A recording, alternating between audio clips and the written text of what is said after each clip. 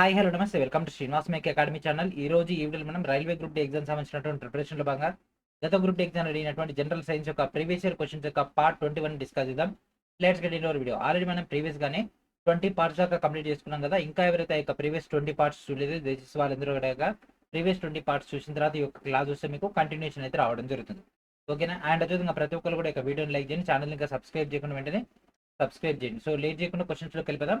And first question, and electric motor is a device which converts dash. విద్యుత్ motor లేదా electric motor అనేది dash ను మార్చేటటువంటి పరికరం. So options కన్నా తీసుకుంటే electrical to mechanical, solar to electrical, mechanical to electrical, mechanical to solar. So మనకి ఒక electric motor ఏ విధంగా ఉంటుందండి? సో ఈ విధంగా మోటార్ ఉంటే దీనికి ఒక షాఫ్ట్ అనేది ఉంటుంది. దీనికి రెండు వైర్లు అనేవి ఎలాడుతుంటాయి కదా.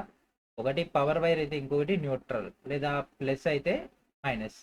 ఓకే, సో ఈ యొక్క డేటా మనం ఇన్పుట్ ఏమి ఇస్తాం? ఎలక్ట్రికల్ ఎనర్జీ ఇస్తే అవుట్పుట్ ఏమొస్తుంది? రోటరీ వస్తుంది. ఓకే, ఏ విధంగా వస్తుందండి? రోటరీ వస్తుంది. రోటరీ అనేది it is a part of mechanical. Okay, it's a part of mechanical కాబట్టి what is our answer? Option A is our answer. Energy conversion in water pump is from dash to dash. So నీటి పంపులో మనకి ఒక శక్తి మార్పిడి dash నుంచి dash జరుగుతుంది. So మనకి ఒక నీటి పంపుకు సంబంధించి ఏమి ఇస్తామండి? మనం ఇన్పుట్ ఏమి ఇస్తాము, అవుట్కమ్ ఏమొస్తుంది? నీటి పంపు చెప్పండి, ఆన్సర్ చెప్పండి.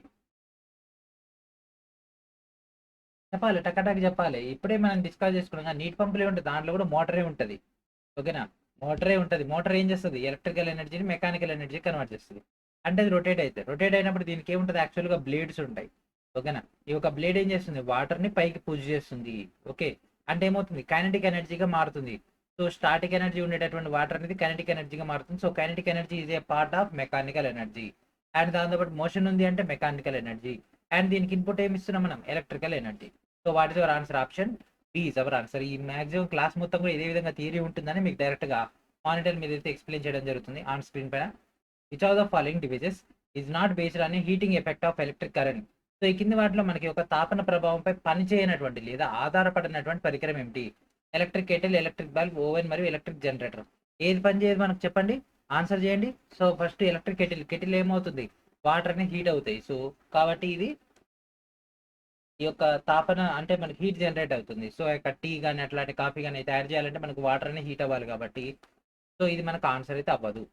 Next electric bulb. బల్బుల్లో కన్నా తీసుకుంటే ఇది మనకు జనరల్ మనం పాయింట్ ఆఫ్ వ్యూ డిస్కస్ చేసుకుంటే మనకి ఒక ఓల్డ్ ఫిలమెంట్ బల్బ్స్ ఉంటాయి కదా, వాటి పాయింట్ ఆఫ్ వ్యూ ఇక్కడ డిస్కషన్ అవుతుంది కాబట్టి ఇది కూడా మనకు హీటింగ్ ఎఫెక్ట్ పైన పడుతుంది. ఓవెన్ అంటే ఏంటిది? ఎలక్ట్రికల్ ఎనర్జీని హీట్ ఎనర్జీగా కన్వర్ట్ చేస్తే దాంట్లో మనం ఏ పదార్థం పెట్టినా అది హీట్ అవుతుంది. కానీ ఎలక్ట్రిక్ జనరేటర్ కి మనకి ఒక హీట్ కి ఏమైనా సంబంధం ఉందా? లేదు. కాబట్టి what is our answer? Option D is our answer. Okay, option D is our answer. Nichrome is used to make an electric heater because it has dash. So electric heater అనేది తయారు చేయడానికి nichrome ను ఉపయోగిస్తాం కదా. So ఎందుకు nichrome ను ఉపయోగిస్తాము? So nichrome ఏం చేస్తుంది? ఆ యొక్క డేటా ఆల్రెడీ మన ప్రీవియస్ క్లాస్ లో నిక్రోమ్ గురించి డిస్కస్ చేసుకున్నాం కదా. 80%, 20% సంబంధించినటువంటి డీటెయిల్ డేటా. సో మళ్ళీ ఒకసారి కూడా ఆ యొక్క డేటా అనేది గుర్తు చేసుకోండి. సో ఆ యొక్క మేజర్ గా దేనికి ఉపయోగిస్తారండి? నిక్రోమ్ కి అధిక ద్రవీభవన స్థానం ఉండాలి కాబట్టి అది మెల్ట్ అవ్వకూడదు. ఓకేనా? సో ఈ రెండు పోయినాయి. సో నెక్స్ట్ వచ్చేసరికి అధిక నిరోధకత, తక్కువ నిరోధకత. అధిక నిరోధకత ఉన్నట్లయితే ఏమవుతుంది? సో ఫ్లోని ఏం చేస్తుంది? అది అపోజ్ చేస్తూ ఉంటుంది. అపోజ్ చేస్తుంటే ఏమవుతుంది? హీట్ ఎనర్జీగా మారుతుంది. అపోజ్ కనుక తక్కువ ఉంది అనుకోండి, అంటే తక్కువ రెసిస్టివిటీ ఉంది అనుకోండి, ఫ్లో స్మూత్ గా అవుతుంది. స్మూత్ గా అవుతున్నప్పుడు హీట్ జనరేట్ అవుతుందా? అవ్వదు కదా. లాస్ ఆఫ్ ఎనర్జీయే హీట్ కాబట్టి మనకు ఇక్కడ ఏమవుతుంది? సో ఆప్షన్ డి అనేది more accurate then option A. కాబట్టి option D is our answer. So nichrome ఎందుకు ఉపయోగిస్తామంటే మనకి ఇక్కడ అధిక నిరోధకత ఉంటుంది, అధిక ద్రవీభవన స్థానం కూడా ఉండడం జరుగుతుంది. కాబట్టి ఈ యొక్క నిక్రోమ్ ని ఉపయోగిస్తాం ఈ యొక్క ఎలక్ట్రిక్ హీటర్లలో. Working principle of electric motor. So electric motor యొక్క అంటే ఈ యొక్క విద్యుత్ మోటార్ యొక్క పని సూత్రం ఏమిటి? So a coil carrying conductor experiences force in the region of non uniform magnetic field. Yes. So ఈ యొక్క వాహకాన్ని మోసుకెళ్ళేటటువంటి తీగ చుట్ట ఏకరీతి కానటువంటి మనకి ఒక అయస్కాంత క్షేత్రంలో మనకు పనిచేసేటటువంటి బలమే మనకి ఒక విద్యుత్ మోటార్ పనిచేసేటటువంటిది. ఓకే, సో ఇది బేసికల్ గా యొక్క డేటా చేంజ్ అవుతూ ఉంటుంది కదా. సో ఏకరీతి కానటువంటి అంటే ఒకసారి ప్లస్, ఒకసారి మైనస్, ఒకసారి మైనస్, ఒకసారి ప్లస్. ఇదో ఈ విధంగా ఇంటర్చేంజ్ అయ్యేటటువంటి ఈ యొక్క అయస్కాంత క్షేత్రం ప్రకారంగా మనకు ఆ యొక్క వచ్చినటువంటి బలమే అంటే అక్కడ వచ్చినటువంటి ఆ యొక్క ఫోర్స్ ఎక్స్పీరియన్సే మనకు ఆ యొక్క డేటా. ఓకే, కాబట్టి option A is our answer. ఇది కొద్దిగా ఇన్ డెప్త్ కి వెళ్తే వచ్చినటువంటి ఫార్ములా ఇది. కాబట్టి ఇది అప్ టు 10th లెవెల్కి అయితే ఎంత సఫిషియెంట్ కాదు, ఇంటర్మీడియట్ లెవెల్కి అయితే అర్థం చేసుకోవచ్చు. ఓకే, సో ఇక్కడతో మనకు ఆ యొక్క బేసిక్ డేటా అయిపోయింది. అండ్ నెక్స్ట్ వచ్చేసరికి మనకు ట్రాన్స్ఫార్మర్. ఓకేనా. ట్రాన్స్ఫార్మర్స్ అనేవి ఏం చేస్తాయండి, ఒక లెవెల్ ఆఫ్ ఎనర్జీని ఇంకో లెవెల్ ఆఫ్ ఎనర్జీకి కన్వర్ట్ చేస్తాయి. అంటే హై లెవెల్ నుంచి లో లెవెల్కి, లేదా లో లెవెల్ నుంచి హై లెవెల్కి కన్వర్ట్ చేయడం జరుగుతుంది. ఓకే, ఎనర్జీని. సో ఇక ట్రాన్స్ఫార్మర్ అనేది ఏ సూత్రం పైన ఆధారపడి పనిచేస్తుంది. ఓకేనా. ట్రాన్స్ఫార్మర్ అనేది ఎలక్ట్రోమాగ్నెటిక్ ఇండక్షన్ బేస్ పైన వర్క్ అవ్వడం జరుగుతుంది direct.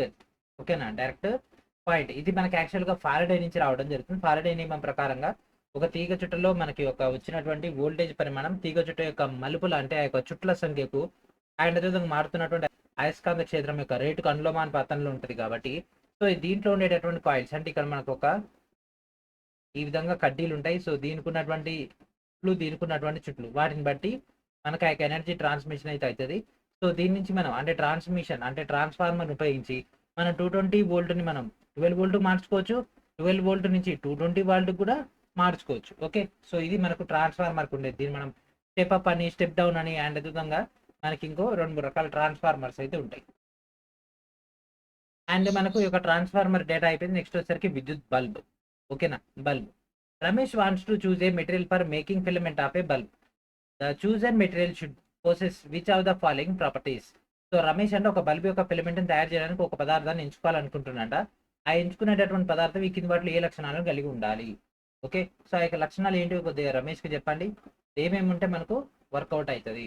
So first of all లో మెల్టింగ్ పాయింట్, తక్కువ ద్రవ్యభవన స్థానం. తక్కువ ద్రవ్యభవన స్థానం ఉంటే తొందరగా అదే కరిగిపోద్ది కదా, కాబట్టి మనకు అది సఫిషియంట్ కాదు. సో ఫస్ట్ వన్ కాదు. సో ఇది పోయింది, ఇది పోయింది. 2 ఇంకా 2 ఉన్నాయి. 1 ability to glow at high temperatures. అధిక ఉష్ణోగ్రత వద్ద మెరిసే సామర్థ్యం. ఎస్, మనకు మెరిస్తేనే కదా, మెరుపు అంటేనే కదా మనకు కాంతి వచ్చేది. కాంతి వస్తేనే కదా మనకు కనిపించేది. మన మెయిన్ టార్గెట్ ఏంటి, బల్బు యొక్క ఫిలమెంట్ తయారు చేస్తున్నామండి, కాబట్టి ఇది కరెక్టే. అంటే 2 okay.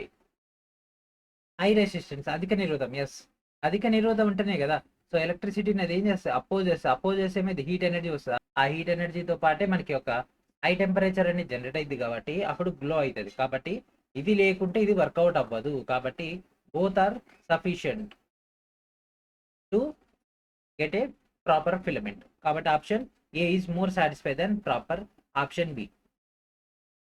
The filament of an electric bulb is made up of which of the following material. So విద్యుత్ బల్బ్ యొక్క ఫిలమెంట్ ఈ కింద ఏ పదార్థంతో తయారవుతుంది. Nichrome, gold, copper, tungsten. Gold పెడితే ఎవరు బల్బులు వాడరని ఆ గోల్డ్ను ఉపయోగించుకుంటారు. కాపర్ అనేది మనకు ఏముంటది, హై కండక్టివిటీ ఉంటుంది కాబట్టి లో రెసిస్టెన్స్ ఉంటుంది. లో రెసిస్టెన్స్ అంటే లో రెసిస్టివిటీ కూడా ఉంటుంది, కాబట్టి ఇది కాదు.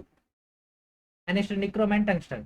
సో టంగ్స్టన్ ఉపయోగించడానికి గల కారణం ఏమిటి, తీగ లెక్క సన్నగా సాగేటటువంటి గుణము అండ్ అదేవిధంగా అధిక నిరోధకత కూడా కలిగి ఉండడం జరుగుతుంది కాబట్టి.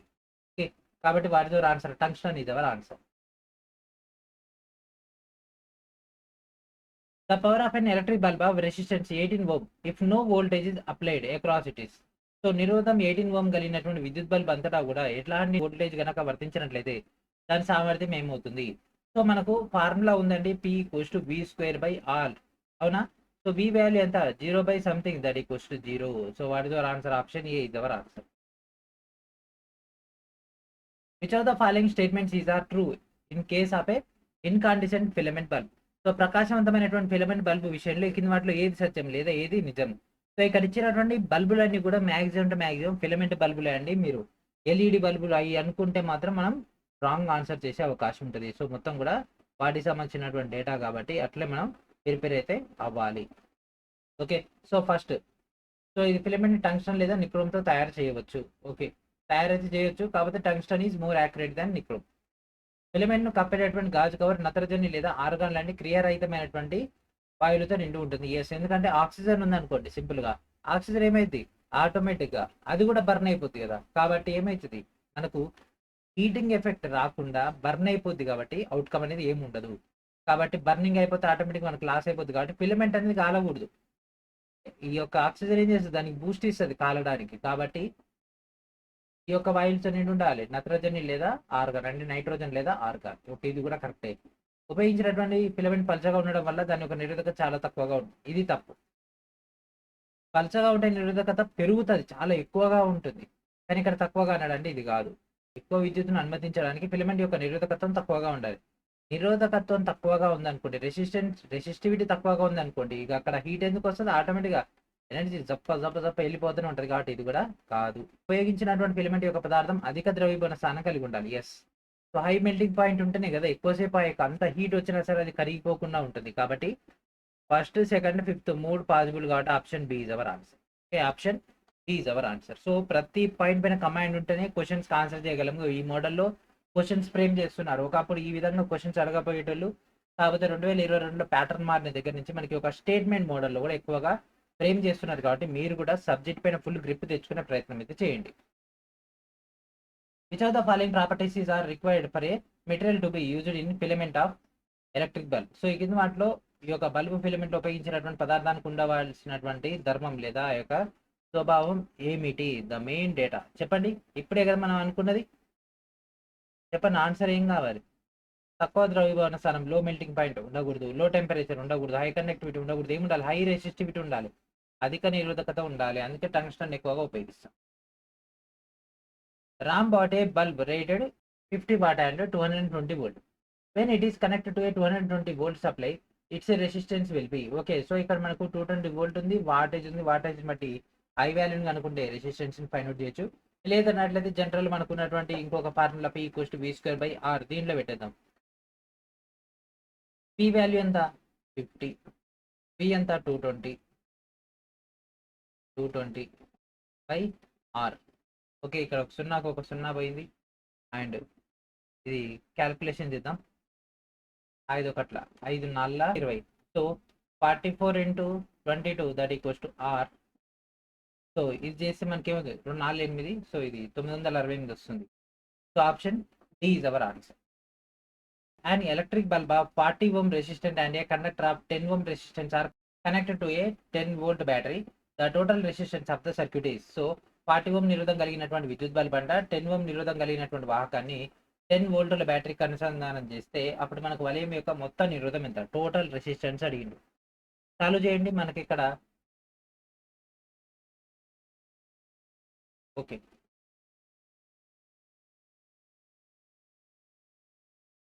ఇది 40, ఇది 10 అంటే 50 వస్తుంది. సో 50 అంటే ఇదే ఆన్సర్. ఎట్లా ఆన్సర్ చేసినా మనం అంటే ఇక్కడ ఏం లేదు, మనోడికి 10 వోల్ట్ అనేది అనవసరంగా ఇచ్చేసిండు. సో ఇవన్నీ కూడా డైవర్ట్ చేసేటటువంటి క్వశ్చన్స్ అండి. ఓకేనా? సో ఆ యొక్క పాయింట్స్ అన్ని కూడా ఇక్కడ 10 వోల్ట్ బ్యాటరీ మనకు అవసరం లేదు. ఇక్కడ ఏమన్నాడు? ఒక ఎలక్ట్రిక్ బల్బ్కి ఇగో ఇక్కడ 40 ఓం అంట అండ్ దాంతోపాటు 10 ఓం రెసిస్టెన్స్ రెండింటిని కలిపిండంట. కలిపితే ఎట్లా ఉంటుంది? సో ఇగో మనకు అదే ఒకటే లైన్లో వస్తాయి, అన్ని కూడా ఒకటే లైన్లో వస్తాయి. కాబట్టి అది ఎట్లా ఉంటుంది? శ్రేణి సంధానం ఉంటుంది. శ్రేణి సంధానం అంటే ఏం చేయాలి? రెండింటిని కూడాలి. సో 40 + 10 అంటే 50. So what is our answer? Option C is our answer. అంతే. ఈ 10 వోల్ట్ అనేది మనల్ని డైవర్ట్ చేస్తారు. ఇగో 10 వోల్ట్. సో 10 వోల్ట్ వచ్చేసరికి V = IR అని, ఆ తర్వాత V వాల్యూ మనకు 10 అని. సో ఇక ఇట్లా తీసేసుకున్న I వాల్యూ కనుకున్న ఎన్ని time waste. An electrical lamp of 30 ohm resistance and a conductor of 6 ohm resistance are connected in a series. ఇక్కడ క్లియర్గా ఇచ్చిన series to A 6 volt battery. The total resistance of the circuit is. ఈ question మీరు answer చేయండి. ఏమవుతుంది? ఇది 30, ఇది 6, 36 అయిపోయింది ఆన్సర్. ఇగో ఇట్నే ఉంటాయండి ప్రాబ్లమ్స్ అనేవి, చూడడానికి భయంకరంగా ఉంటాయి సార్. పెద్ద పెద్ద లెక్కలు సార్ ఇవి, మాకేం అర్థం కావు. కానీ సాల్వ్ చేస్తుంటే సింపుల్గా అయిపోతున్నాయి కదా. ఏం చేసిండు? 6 వోల్ట్ అనేది అదనంగా ఇచ్చిండు. ఎగ్జామ్లో చాలాసార్లు ఇట్లే చేస్తానండి. ఎప్పుడైనా సరే మనం అవతలను కన్ఫ్యూజ్ చేయాలన్నప్పుడు అవతలోడు కన్ఫ్యూజ్ అయ్యేదానికంటే మనం ఇంకెక్కువ కన్ఫ్యూజ్ అయ్యేటట్టు మాట్లాడి చాలు, వాడు ఆటోమేటిక్ కన్ఫ్యూజ్ అయిపోతాడు. ఇది కూడా అంతే. సో 30 + 6 36. కానీ మనోడు ఏం చేసిండు? ఇది ఇచ్చేసిండు. మనోడు ఖచ్చితంగా రాంగ్ స్టెప్ చేస్తారని. సో ఈ 3 కూడా అనుకో 42 వస్తుంది. సో 30 6 36లోంచి 6 తీసిండు అనుకోండి, ఇంకా 30 వస్తుంది. లేదు 30లోంచి ఈఆర్ అట్లా తీసేసిండు అనుకోండి, 30లోంచి ఇది పోయింది అనుకోండి, ఇది వస్తుంది. ఎట్లా చేసినా మళ్ళీ అదే ఆన్సర్ వచ్చేటట్టు 4 ఆప్షన్స్ అట్లా డిజైడ్ చేస్తాడు. Okay, next question. In a house bulbs ABC operated 30, 60 and 75 watt respectively are connected in a parallel with a electrical source.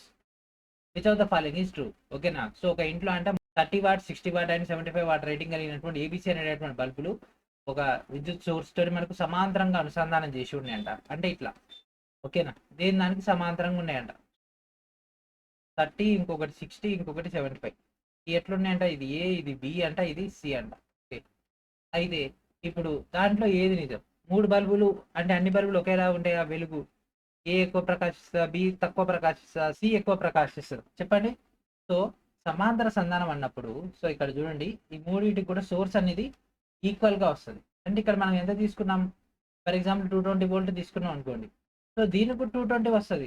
దీనికి 220 వస్తది. దీనికి 220 వస్తది. సో ఇది ఈ మూడిట్లో ఏది ఎక్కువ? 75 కాబట్టి ఇది వెలుగు ఎక్కువ ఉంటది. అదే మీరు గనక సిరీస్ తీసుకుంటే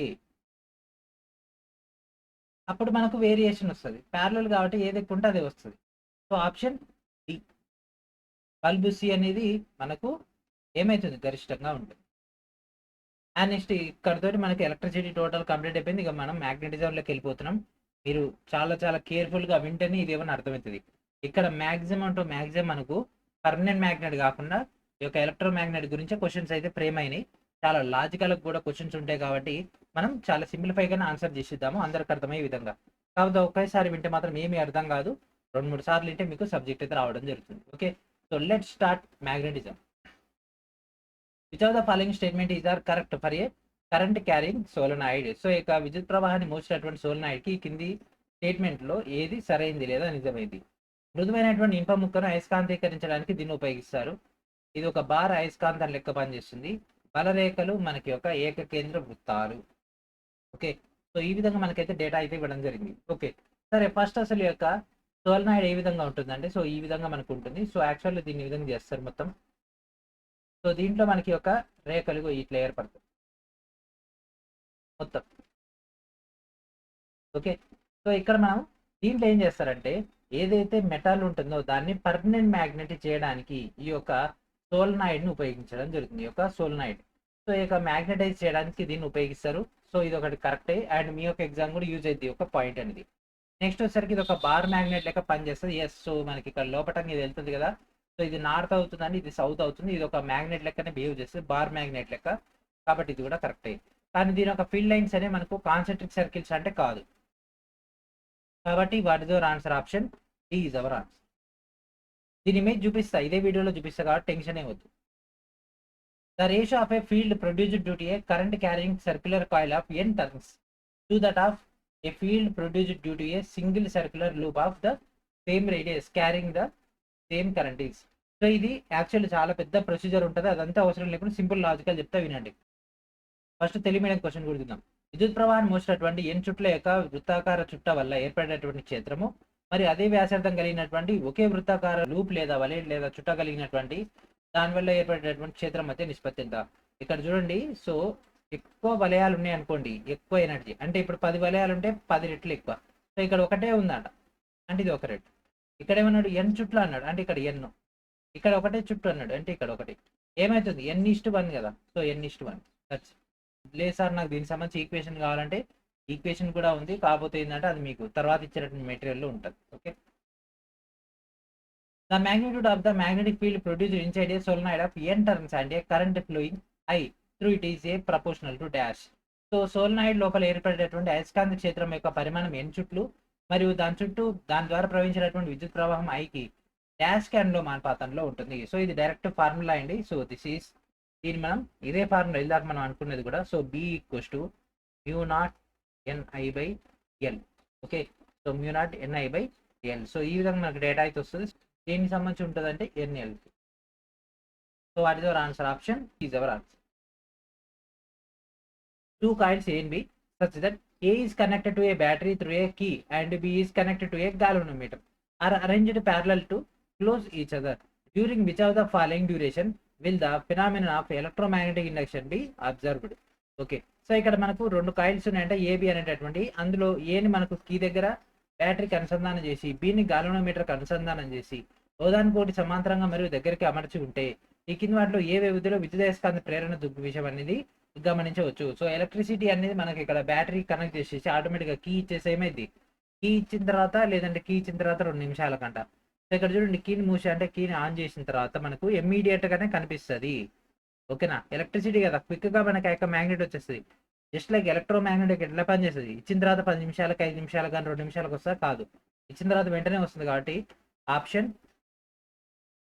B, that means only A is possible.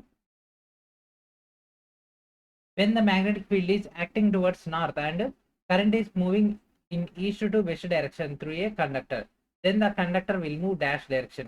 So అయస్కాంత క్షేత్రం అనేది ఉత్తరం వైపు పనిచేస్తూ ఉంటుంది. ఓకే, అయితే విద్యుత్ ప్రవాహం ఒక వాహకం ద్వారా తూర్పు నుంచి పడమర దిశలో కదులుతుంటే అప్పుడు ఆ యొక్క వాహకం ఏ దిశలో నడుస్తుంది, అంటే ఏ దిశలో కదులుతుంది, దాని యొక్క మూమెంట్ అనేది. సో ఇక్కడ మనకు అప్వర్డా, డౌన్వర్డా, లేకపోతే రైట్ సైడా, లెఫ్ట్ సైడా. ఓకే, సో ఆల్రెడీ మనం ఫ్లెమింగ్ ఏం చూసినామండి, ఫ్లెమింగ్ లెఫ్ట్ హ్యాండ్ రూల్ చూసినాం కదా. ఫ్లెమింగ్ లెఫ్ట్ హ్యాండ్ రూల్ ప్రకారంగా అయస్కాంత క్షేత్రం అనేది దేన్ని చూపిస్తుంది, ఈ యొక్క డైరెక్షన్ లో చూపిస్తే మధ్యవేలు దేన్ని చూపిస్తుంది, మధ్యవేలు దేన్ని చూపిస్తుంది చెప్పండి, విద్యుత్ ప్రవాహ దిశను చూపిస్తుంది, పైకి ఫోర్స్ అనేది వస్తుంది. మర్చిపోకూడదు, ఒకసారి ఒక క్లాసులో ఒక పాయింట్ డిస్కస్ చేసుకున్నామంటే that is one of the most important కాబట్టి మనం డిస్కస్ చేసుకుంటాం, కాబట్టి ఆ యొక్క పాయింట్ మళ్ళీ మీరు మర్చిపోకూడదు. నేను అందుకే గ్యాప్ ఇస్తుంది, మళ్ళీ మీకు గుర్తుకొస్తుందని నేను గ్యాప్ ఇస్తున్నా. సో విద్యుత్ ప్రవాహం ఇక్కడ ఉంది, సో ఇది ఏ డైరెక్షన్లో ఉంది, ఇన్ ద డౌన్వర్డ్. అయిపోయింది అంతే. Fleming right hand rule, left hand rule వస్తే కథం అయిపోయినట్టే మనకి ఒక బేసిక్స్ ఆఫ్ ద డేటా. తర్వాత ఇంకా చాలా ఉంటాయి, అవన్నీ కూడా ఇంకా డిస్కస్ చేసుకోవచ్చు. కాకపోతే నేను ఇప్పటివరకు నేర్చుకున్న దానిపైన ఫుల్ ఫ్లెడ్జ్ కమాండ్ ఉండాలి కదా. సో ఇదే సోలనాయిడ్ అంటే ఈ విధంగా ఉంటుంది solenoid. Okay, consider the following statements about the magnetic field due to a current carrying solenoid.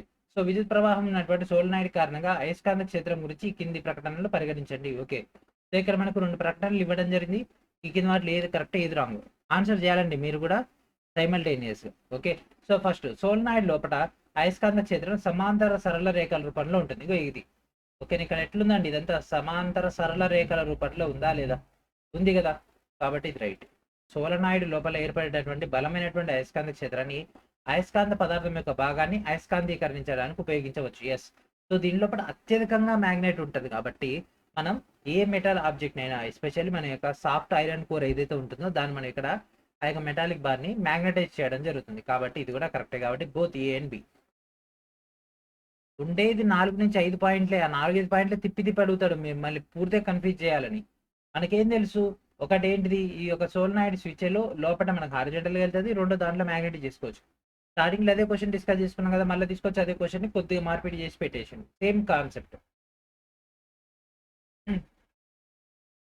Magnetic field lines at north pole of the magnetar. ఓకేనా, సో ఇక అయస్కాంతం యొక్క ఉత్తర ధ్రువం వద్ద ఉండేటటువంటి యొక్క అయస్కాంత బల రేఖలు ఈ విధంగా ఉంటాయి.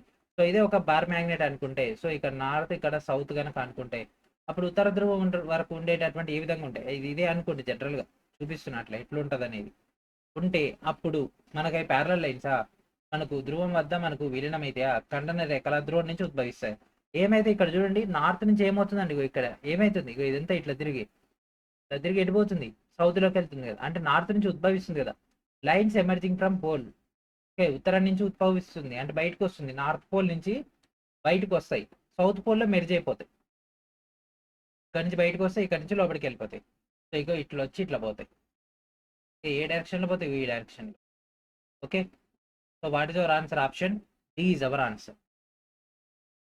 And next, in which of the following situations there will be no potential difference induce in the coil. So ఈ కింద వాటిలో ఏ టైంలో పొటెన్షియల్ భేదం అనేది ప్రేరేపించబడదు. స్థిర తీగ చుట్ట వైపు కదులుతున్నటువంటి భార అయస్కాంతం. ఎస్, సో ఆల్రెడీ మనం ప్రీవియస్ క్లాస్లో కూడా ఈ యొక్క పాయింట్ డిస్కస్ చేసుకున్నాము, ఈ యొక్క ఎలక్ట్రోమాగ్నెటిక్ ఇండక్షన్లో. సో యొక్క కాయిల్ వైపు కనుక వచ్చినట్లయితే దాంట్లో మనకు ఇండ్యూస్డ్ డేటా వస్తుంది, దాన్ని మనం గాల్వనోమీటర్కి తగిలిచ్చే అది రీడింగ్ అనేది చూపిస్తుంది. సో దీని వైపు కదులుతున్నప్పుడు మనకు ఆ యొక్క వోల్టేజ్లో వేరియేషన్ వస్తుంది, కాబట్టి పొటెన్షియల్ భేదం అంటే వోల్టేజ్లో మనకు అవుట్పుట్ కనిపిస్తుంది. స్థిర బార్ అయస్కాంతం వైపు కదులుతున్నటువంటి తీగ చుట్ట. ఎస్, తీగ చుట్టను అయస్కాంతం వైపు కదిలిచ్చినా కూడా అంతే కదా, ఒకదాని కూడా దగ్గర రావాలి. ఒకే వేగంతో ఒకే దిశలో కదులుతున్నటువంటి తీగ చుట్ట మరియు బార్ అయస్కాంతం ఇది కాదు, ఎందుకంటే రెండు ఒకే డైరెక్షన్లో పోతే ఎట్లుంటాయి, స్టేబుల్గా ఉన్నట్టే ఉంటుంది కదా. ఎన్విరాన్మెంట్తో సంబంధం లేదు, మనకి ఈ రెండింటికి సంబంధించిందే కాబట్టి ఈ రెండింటి కూడా సాపేక్షంగా వేరియేషన్ ఉంటేనే అవుట్కమ్ అనేది వస్తుంది. రెండు సేమ్ డైరెక్షన్ అంట, సేమ్ స్పీడ్ అంట, ఒకే వేగంతో ఒకే దిశలో వెళ్తే ఏముంటుంది, రెండు నిశ్చల స్థితిలోనే ఉంటుంది, ఒకదాంతో ఒకటి సాపేక్షంగా వేగం అనేది శూన్యం కాబట్టి అక్కడ ఎట్లాంటి పొటెన్షియల్ ఎనర్జీ అనేది జనరేట్ అవ్వదు. అండ్ నెక్స్ట్, ఏ కాయిల్ అంటే ఒకే వేగంతో ఒకదానికి ఒకటి కదులుతున్నటువంటి అంటే ఎదురుగా ఒకటి ఇటు వస్తే ఒకటి ఇటు వస్తుంది అనుకోండి, ఆపోజిట్గా వస్తుంది అనుకోండి, మూవింగ్ ఈచ్ అదర్ అంటే టువర్డ్స్ వచ్చింది అనుకోండి, అప్పుడు దాంట్లో మనకు ఈ యొక్క పొటెన్షియల్ ఎనర్జీ అనేది జనరేట్ అయింది కాబట్టి వి అనేది వస్తుంది. కాబట్టి మన యొక్క క్వశ్చన్ ఆన్సర్ ఏంటి, ఆప్షన్ 7, ఆప్షన్ బి అంటే statement C is our answer. Okay, so చాలా చాలా ఈజీ అండి టాపిక్స్ అనేవి. కాకపోతే ఏంటంటే మనకు తెలియక మనం క్వశ్చన్ ఫ్రేమింగ్ అర్థం కాక మనం కాన్సెప్ట్ మాత్రం చదువుకొని పోవడం వల్లే ఎగ్జామ్లో మిస్టేక్ చేస్తాం. ఇక్కడ చూడండి 2 coils A and B such that A is connected to a battery through a key and a rheostat, and B is connected to a galvanometer, are arranged parallel and close to each other. In which of the following durations as described is our current induced in B? Okay, A B అనేటటువంటి రెండు తీగ చుట్టలు ఉన్నాయంట. ఏ అనేది మనకి ఇక్కడ key మరియు rheostat ద్వారా బ్యాటరీకి అనుసంధానం అయి ఉంటుందంట. బి అనేది గాల్వనోమీటర్ అనుసంధానం అయి ఉంటాయి. ఒకదానికి కూడా సమాంతరంగా మరియు దగ్గరగా అమర్చబడి ఉంటాయి. ఈ కింద వివరించిన దాంట్లో మనకు బిలో విద్యుత్ ప్రేరేపణలు ఎప్పుడు అవుతాయి అంటే ఎంత టైంలో మనకు ఆ యొక్క డేటా అనేది రావడం జరుగుతుంది. సో ఫస్ట్ వచ్చేసరికి మనకి ఇక్కడ 0 to 50. So the current in a ఈ స్టడీ. సో మనకి ఇక్కడ 0 to 50 వరకు ఏలో విద్యుత్ స్థిరంగా ఉంటుంది. ఎస్, స్థిరంగా ఉంటుంది కాబట్టి ఈ యొక్క టైంలో గాల్వనోమీటర్లో మనకి ఎట్లాంటి వేరియేషన్ రాదు. కాబట్టి అప్పుడు బిలో విద్యుత్ అనేది ప్రేరేపించబడదు. కాబట్టి ఏ అనేది మనకు ప్రేరేపించబడుతుంది అన్నాడు, కాబట్టి ఇది ప్రేరేపించబడదు. రెండోది ఏంది, తగ్గుతుంది. తగ్గుతున్నప్పుడు ఏమైంది, ఆటోమేటిక్గా ప్రేరేపించబడుతుంది, అంటే సంథింగ్ వేరియేషన్ జరుగుతుంది. కాబట్టి ఆప్షన్ డి, అంటే మనకి ఇక్కడ ఓన్లీ బి అనేది మాత్రం పాసిబుల్ అవుతుంది. సో ఇక్కడ తగ్గుతుంది అంటే ఆ యొక్క వేరియేషన్ అవుతుంది కాబట్టి దెన్ మనకి ఇది పాసిబుల్ అవుతుంది. ఓకేనా, సో బిలో విద్యుత్ ప్రేరేపించబడుతుంది. స్థిరంగా ఉంటే మాత్రం అవ్వదు. Okay, the magnetic field inside A solenoid. So solenoid లోపల అయస్కాంత క్షేత్రం ఏ విధంగా ఉంటుంది. సో ఈ యొక్క మోడల్ సోలనాయిడ్ లో కనుక తీసుకుంటే ఎట్లా ఉంటుంది, same everywhere, dominant in the middle, B కింద మిడిల్, జీరోనా. సో సోలనాయిడ్ లోపల అయస్కాంత క్షేత్రం అనేది ప్రతి చోట కూడా ఒకే విధంగా ఉండడం జరుగుతుంది. ఓకే, సో లోపల అన్నాడు కదా, బయట వైపు అనలే. బయటికి వెళ్తే లాంగ్ వెళ్తున్న కొద్ది వేరియేషన్ వస్తుంది, లోపల కాబట్టి లోపల ఈక్వల్ గానే ఉంటుంది.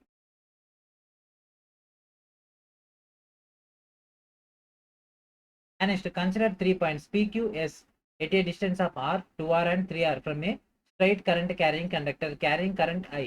The magnitude of the magnetic fields of BP, BQ and BS produced at the points PQ and S respectively in the following which relation is true.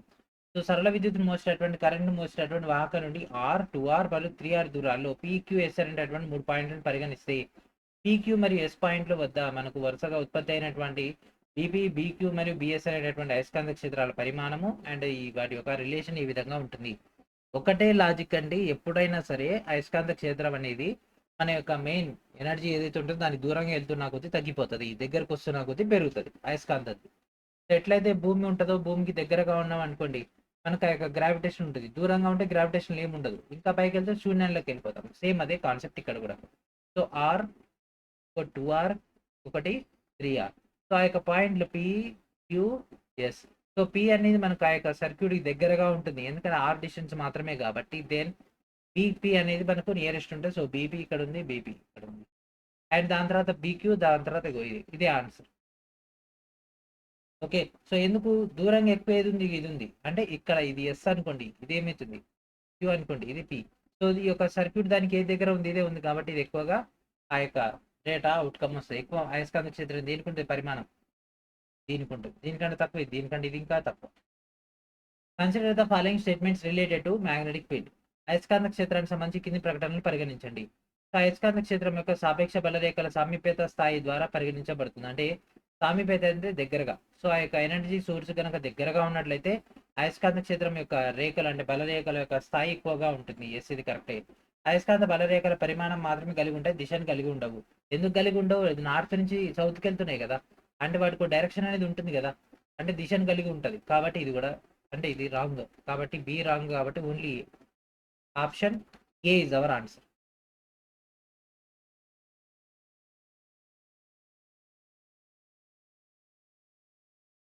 Next, a DC generator is based on the principle of. So యాక్చువల్గా DC generator అనేది ఫారడే నియమం పైన ఆధారపడి ఉంటుంది. But ఇక్కడ మనకు Faraday ఇవ్వలేదు కాబట్టి ఎలక్ట్రోమాగ్నెటిక్ ఇండక్షన్ బేస్ పైన వర్క్ అవ్వడం జరుగుతుంది. So option C is our answer. ఇది కూడా ఫారడే సంబంధించినటువంటి data. Consider the following statements about the magnetic field due to a bar magnet. So bar అయస్కాంతం వల్ల అయస్కాంత క్షేత్రం గురించి ఈ కింది వ్యాఖ్యలను పరిగణించండి. సో బార్ అయస్కాంతం లోపల ఫీల్డ్ అనేది లేదు, అంటే ఆ యొక్క క్షేత్రానికి సంబంధించి డేటా అనేది లేదు. అది దాంట్లో ఖచ్చితంగా ఉంటుంది, ఇక్కడ ఫీల్డ్ ఉంది, wrong. The field lines inside the bar magnet are directed from north pole to south pole. లోపల ఉన్నటువంటి బలరేఖలు అంటే మనకు దాని ఉత్తర ధ్రువం నుంచి దక్షిణ ధ్రువం వైపు మళ్లించబడతాయంట. లోపల ఉన్నాయి ఉత్తర ధ్రువం నుంచి దక్షిణ ధ్రువం అంటే ఇట్లా అండి, రివర్స్, ఇగో ఇట్లా ఇట్లున్నాయి. ఈ లోపల ఇక్కడ ఎట్లున్నాయి, ఇట్టే పోతున్నాయి కదా, సౌత్ టు నార్త్ వెళ్తున్నాయి కదా, కాబట్టి ఇది కూడా తప్పే, రెండు తప్పే. Option A is our answer. So ఇట్లా కూడా ఇస్తాడు, రెండు తప్పులు ఇచ్చేసి మనల్ని బకరాలను చేయడం చూస్తాడు. కానీ సబ్జెక్ట్ ఉన్నవాడు మంచి వీటిపైన కమాండ్ ఉంటుంది కాబట్టి చూసి ఆన్సర్ చేసేస్తాడు. విద్యుత్ మోటార్ గురించి ఈ కింది వాక్యాలను పరిగణించండి. ఓకే, సో ప్రతి అర్ధ భ్రమణం తర్వాత తీగ చెట్టులోని విద్యుత్ ప్రవాహ దిశను రివర్స్ చేసేటటువంటి కామ్యుటేటర్ను ఉపయోగిస్తుంది. ఎస్, మోటార్లో మనకు ఆ యొక్క కామ్యుటేటర్ ఉంటుంది. సో ఆ యొక్క కార్బన్ బ్రషెస్ ద్వారా కాంటాక్ట్ ఉండేటటువంటి పొజిషన్ నుంచి మనకు ఆ యొక్క డేటా అనేది అవుట్కమ్ వస్తుంది. కాబట్టి first one is right. Coil యొక్క ఒక చేతిపై బలం యొక్క దిశను ఫ్లెమింగ్ యొక్క లెఫ్ట్ హ్యాండ్ రూల్ ప్రకారం. ఎస్, సో మోటార్ అనేది దేనిపై ఆధారపడి ఉంటుంది? ఫ్లెమింగ్ యొక్క లెఫ్ట్ హ్యాండ్ నియమం పైన ఆధారపడి ఉంటుంది. కాబట్టి ఇది కూడా కరెక్టే, అంటే రెండు కరెక్టే. ఇగో కొన్ని క్వశ్చన్స్ ఏమి ఇట్లా ఇస్తాడు, కొన్ని క్వశ్చన్స్ ఏమి అట్లా ఇస్తాడు. Which of the following will not effect the magnetic strength of the electromagnet. So ఈ కింది వాటిలో విద్యుత్ అయస్కాంతం యొక్క అయస్కాంత బలాన్ని ప్రభావితం చెయ్యనిది ఏంటిది? ఓకేనా, చెయ్యనిది ఈ కింది వాటిలో ఏది దాని యొక్క ప్రభావం అనేది చూపెట్టదు? ఒకటి, లోహ కోర్ యొక్క పొడవు పెరిగినట్లయితే అయస్కాంతం యొక్క బలం పెరుగుతుంది. కోర్ యొక్క పొడవు తగ్గినట్లయితే బలం యొక్క ప్రభావం తగ్గుతుంది. కాబట్టి మనకి ఇది ప్రభావం చూపిస్తుంది. Current flowing through the coil, coil నుంచి ఎంత ఎక్కువ కరెంట్ వెళ్తే అంత ఎక్కువగా ఎలక్ట్రోమాగ్నెటిక్ అవుతుంది. కాబట్టి ఇది కూడా ఇంపాక్ట్ చూపిస్తుంది. నెంబర్ ఆఫ్ టర్న్స్ పెరిగినట్లయితే దాంట్లో పవర్ ఎక్కువ పెరుగుద్ది. టర్న్స్ తక్కువగా ఉన్నట్లయితే అది ఎంత పవర్ ఇన్పుట్ ఇచ్చినా అది అంత ఎలక్ట్రోమాగ్నెటిక్ మారదు. కాబట్టి ఇది కూడా ఇంపాక్ట్ చూపిస్తుంది. Direction of placement of the coil, coil యొక్క డైరెక్షన్ ఎటు పెడితేంది, ఇటు పెడితేంది, ఇటు పెడితేంది, ఇటు పెడితేంది. ఎటు పెట్టినా సరే అది ఎలక్ట్రోమాగ్నెటే కదా, కాబట్టి ఇది ఇంపాక్ట్ అనేది చూపెట్టదు వెన్ కంపేర్ టు రిమైనింగ్ 3. కాబట్టి option D is our answer. Okay, so ఇక్కడతో మనకు సక్సెస్ఫుల్గా ఒక క్లాస్ 21 కూడా కంప్లీట్ అయిపోయింది. నెక్స్ట్ వీడియోలో మనం క్లాస్ 22 డిస్కస్ చేద్దాం. జస్ట్ ఇంకొక 2 to 3 క్లాసెస్లోనే మనకి ఒక ఫిజిక్స్ కంప్లీట్ అయిపోద్ది. ఫిజిక్స్ అయిపోగానే నెక్స్ట్ మనం ఇమీడియట్గా కెమిస్ట్రీ అనేది స్టార్ట్ చేద్దాం. ఓకేనా, సో ఇప్పటివరకు ఈ యొక్క వీడియోని చూసినందుకు ధన్యవాదాలు. అండ్ ఇప్పటి నుంచి ఒక 2-3 క్లాసెస్ మొత్తం కూడా మీకు మానిటర్ మీదే స్పీడ్గా మనం కవరప్ చేసేద్దాం. లాస్ట్కి వచ్చేసాం కాబట్టి నెక్స్ట్ మనం కెమిస్ట్రీ కాంచి మళ్ళీ మీకు ఆన్ స్క్రీన్లో అయితే రావడం జరుగుతుంది. ఓకేనా, సో ఇది ఫ్రెండ్స్ ఈరోజు వీడియో. ప్రతి ఒక్కరు కూడా మన యొక్క టెస్ట్ సిరీస్లో జాయిన్ అవ్వండి. అండ్ దాంతోపాటు ఒక గ్రూప్ డి ఫౌండేషన్ కోర్సులు ఇంకా ఎవరైతే జాయిన్ కావాలేదో వారందరూ కూడా గ్రూప్ డి ఫౌండేషన్ కోర్సులో జాయిన్ అవ్వండి. సో ఇది ఫ్రెండ్స్ ఈ రోజు నెక్స్ట్ వీడియోలో మనం మరొక అప్డేట్తో కలుద్దాం. And thank for watching.